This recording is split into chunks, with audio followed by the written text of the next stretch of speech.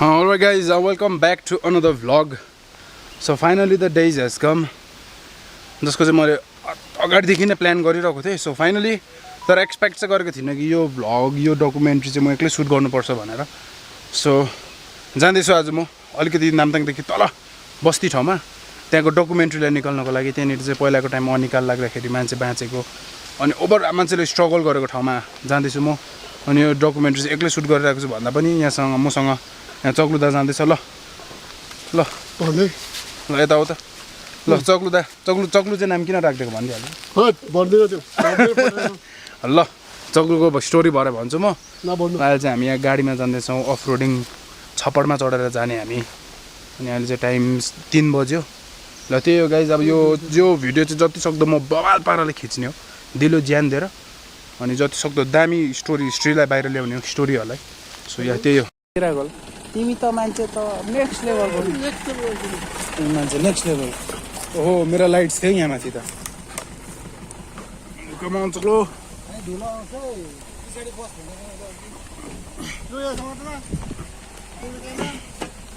एकछिन ल. यहाँ यो चाहिँ जोगी हुनुपर्छ नि त.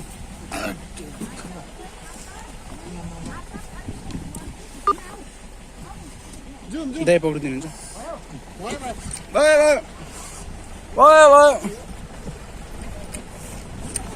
चौला त्यहाँ लाइट चाहिँ मरेर पनि टेक्नु हुँदैन नि फेरि.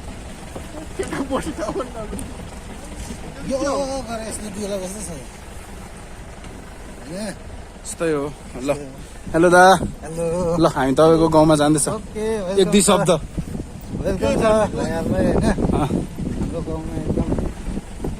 दामी दामी भिडियो बनाएर हाल्नुपर्छ होइन.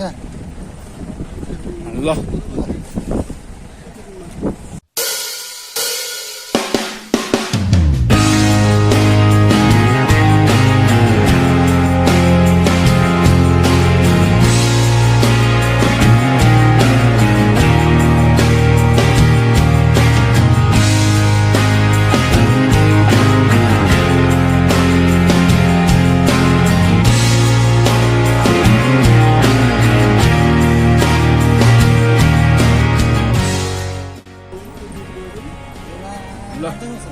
अहिले चाहिँ यहाँ हामीसँग दा यहाँ तल गाउँकै दा हुनुहुन्छ. तपाईँभन्दा रोड थियो दा यहाँ थिएन. तपाईँभन्दा चाहिँ ए हिजो जस्तै आएको नि त है. तपाईँहरू हिँडेर आउनुहुन्थ्यो. अन्त चामलहरू माथिबाट बोकेर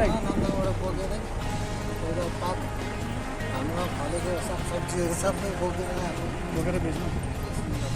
अहिले पनि त गाडीमा 1 घन्टा लाग्दो रहेछ ओह्रालो झर्नु. बाटो यस्तो छ. यो बाटो आएर अलिकति उयो चाहिँ भयो है.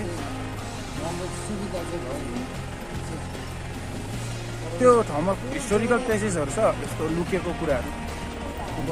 एउटा त्यो के बाँस घारीको केही कुरा गर्दै थियो नि. एउटा ढुङ्गामा के छापहरू जस्तो के छ.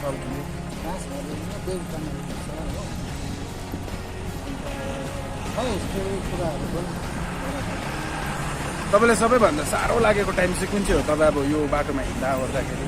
रोड नहुँदैखेरि कस्तो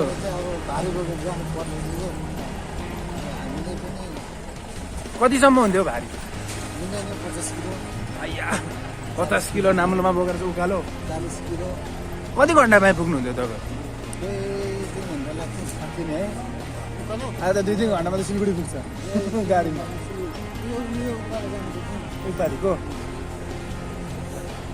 फलो गरेर चाहिँ अब भन्दा चाहिँ सिनियर मान्छेहरू हुनुहुन्छ होइन. वर्ष जसले पहिल्यैदेखि देखेर आएको यो गाउँलाई कस्तो थियो.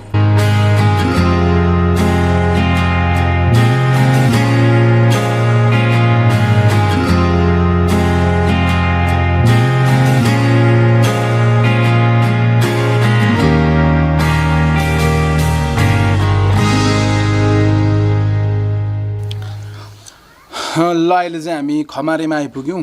अघि आइपुगेको हामी लगभग 1.5 घन्टा जस्तो अगाडि. अनि हामी चाहिँ यहाँनिर चाहिँ मेन हाम्रो आज यहाँ आउनुसाथ काम चाहिँ के थियो भने यहाँको बाजे बोजूहरूलाई भेट्नुपर्ने थियो मेन. किनभने कतिजना बिजी हुन्छ नि त गाउँ बस्तीतिर. त्यसले गर्दाखेरि उहाँहरूलाई गएर भेटेर उहाँहरूसँग गफ गरेर अनि म छक्कै अरे बापरे 85-90 इयर्सकोहरू ओभर हिँडिरहेको छ क्या मजाले.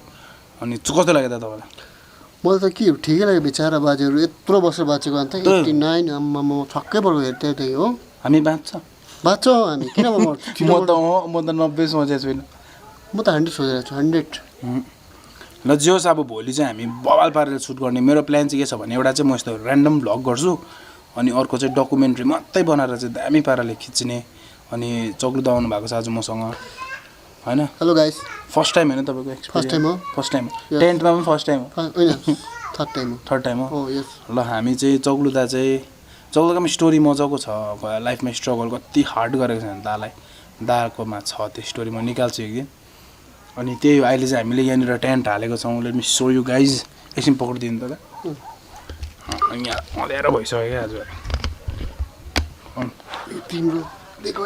ल टेन्ट यहाँ छ अनि यो टेन्टमा चाहिँ म सुत्छु होइन अनि चकुल्दाको टेन्ट चाहिँ यहाँ छ यसमा चाहिँ म चकुल्दासँग सुत्थेँ कि साह्रो घुर्छ नि त कहाँ घुर्छ म तिमी बिट्टी न त्यो हेर हो घुर्दैनौ तर मेरो हात अलिक बेसी नै चल्छ तिमीले यादै छ किन लाग्पा खेलेको तिमी सपना को आउँछ सपना अब तिमीलाई थाहै छ त कतिको डराउँछ भनेर होइन यस्तो साइको मान्छे छ म ट्राभल गरिरहेको छु कि यहाँ अन्त तर जे होस् मजा आइदिन्छ है कोही कोही बेला बाटो कस्तो थियो बाटो अलिक ठिक थिएन हौ ठिक थिएन हौ बाटो देखेन सेतै भएको थियो अन्त हो टी सर्ट बङ बङ है धुलो प्यान्ट पनि तर मजा आइरहेको छ नि त तर मजा कस्तो रिलिफ हुन्छ है तर अलिक फ्री फिल भएको है घरमा बस्दा हामी चाहिँ कस्तो चाहिँ भएको हामीलाई दुवैजनालाई अहिले चाहिँ फ्री ओभर शान्ति भएको हामीले है इन्जोय जस्ट इन्जोय ल यहाँ चाहिँ हाम्रो मिलन ब्रो हेलो ब्रो ल अब आफ्नो मजाले इन्ट्रोडक्सन दियो त मेरो नाम चाहिँ मिलन मङ्ग अनि म कतेङ बोक्रोङ निवासी र मेरो पास्टर हो अनि उहाँहरू चाहिँ अहिले हामी एउटा हाम्रो गाउँको डकुमेन्ट्री बनाउनुको लागि चाहिँ उहाँहरू आउनुभएको छ अनि उहाँलाई म लाइक अतिथि वेलकम गर्छु ल हाम्रो खास चाहिँ प्लान के थियो भने यहाँको डकुमेन्ट्री तर मिलनले हामीलाई सबै म्यानेज गरिदिएको छ सो थ्याङ्क यू ब्रो मिलनले यहाँ हाम्रो लागि अमलेट बनाउनु आँटेको छ खास पर्दैन थियो है म हामी भोकै सुत्न आँटेको थियौँ ब्रो ल जै छ लु बनाएर खाइदिउँ ल भोलिको हाम्रो अलिकति प्लान भनिदियो त भोलि चाहिँ हामी कसरी गर्न लागिरहेका छौँ भने आज हामीले गएर हामी चेक गरेको छौँ हामी बाजेहरूलाई भेटेर हामीले उहाँलाई सूचित गरेका छौँ कि हामी भोलि यसरी हजुरसँग बात गर्नको निम्ति हामी आइरहेका छौँ भनेर हामीले उहाँलाई एउटा इन्फर्मेसन दिएका छौँ र भोलि हामी गएर व्यक्तिगत रूपमा भेट्नेछौँ अनि उहाँसँग वार्तालाप गर्नेछौँ र हामी कटिङको पहिल्यैदेखिको इतिहासलाई हामी दोहोऱ्याउनेछौँ हामी हेर्नेछौँ अनि उहाँ भिडियो मार्फत हामी यो इतिहासलाई कैद गरेर राख्नेछौँ हाम्रो आउने भावी जेनेरेसनको लागि पनि यो है एउटा सानो गिफ्ट भनौँ है र हुनेछ त्यो हामी हेतुले हामीले राखेका छौँ सही छ यहाँ चाहिँ हाम्रो के भन्छ त यसलाई के भन्छ यादै होला के भन्छ भन न यसलाई के भन्छ चिकन फ्राइड के भन्छ भन के भन्छ हाम्रो अमलेट बनाउनेछ अमलेट होइन स्पेसली मेड बाइ चक्लुदा तिमीलाई के भन्छ अमलेटको बारेमा भन्नु छैन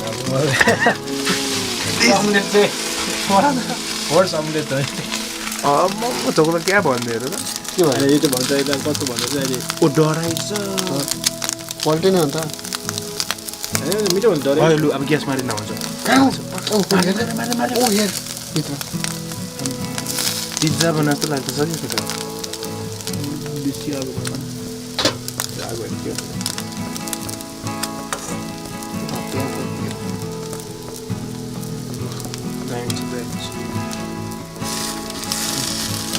यादै पक्नु पऱ्यो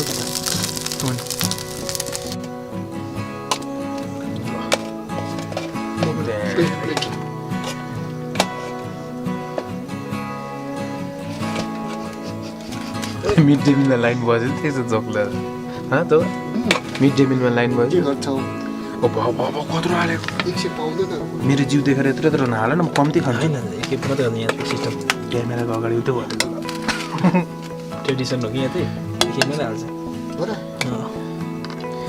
साइको नदेऊ न तिमी चक्लुदा बिचारा अनुहार यत्रो बनायो चौल हाल तपाईँ भाग लगाइदिनु यसमा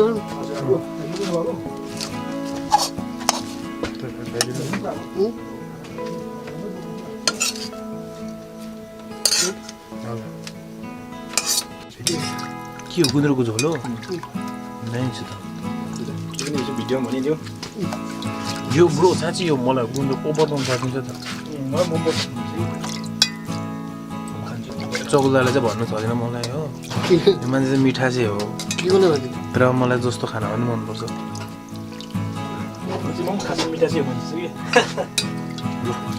खाइदिउँ है ल ओके गाइज अब हामी डिनर गर्ने आई वन्ट क्याप्चर त्यो चाहिँ अनि हाम्रो के छ भने गुन्द्रुकको झोल छ खाना छ अनि अमलेट छ ल इन्जोय द डिनर